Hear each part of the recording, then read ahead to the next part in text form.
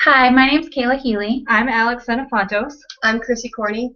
and our project is an activity on diagramming embedded within a unit on insects for second graders. The inquiry question that we chose for our activity was, where do insects come from? Students were to research their own insect with a partner, and they would create a diagram using the Poplet program on their chosen insect's life cycle was our activity embedded in the unit.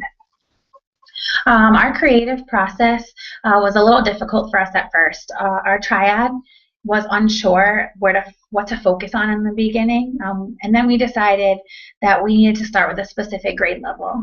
With our experience and knowledge, we chose second grade, and then built upon what we know about the second grade unit and curriculum to help start our lesson.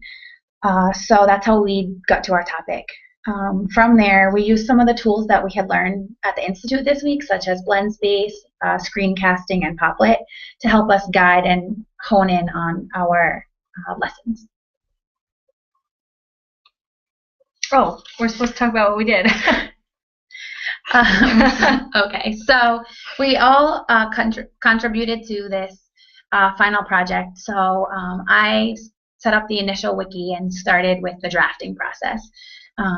So I typed out the draft plan. I then created the BlendSpace that you'll see throughout our lesson, and added points to remember that we needed to add to our screencast. We then all collaborated for our final, and we worked together on one of the screencasts. So I did the finalized wiki. I created one of the Poplets for the work products, the student work products. I also did the customized Google search, the puzzle at the beginning of the unit as a hook. And I also did the screencast on searching on the internet using the Google search. And again, we all collaborated for the final screencast on diagramming. I created 3 Poplets. One was the example of the student brainstorming with the students. The other 2 were examples of leveled learners and their idea of their created student project. I also made the rubric for the assessing of the student, along with the graphic organizer. And I also collaborated for the final production in the screencast. So the next question was, what did you learn about yourself? And this week for me, I learned that teamwork really does make the dream work. This week has been such a learning experience, and I hadn't known about many of the digital tools prior to coming to the Institute, so that was one big thing for me. This collaborative project really helped me and showed me what it was like to work on a team that has such big goals and dreams. So throughout the process, we have learned so many different cool tools, and I realized that when you take the time to learn about them and think about how you can use them in the classroom, there really are a lot of ways that you can embed them within lessons for all ages. So when we were thinking about it, it really was a natural process trying to incorporate some of the technologies, and I think that was a really important learning aspect for me going forward in my own teaching. I learned that there was a lot of digital tools that I did not know about.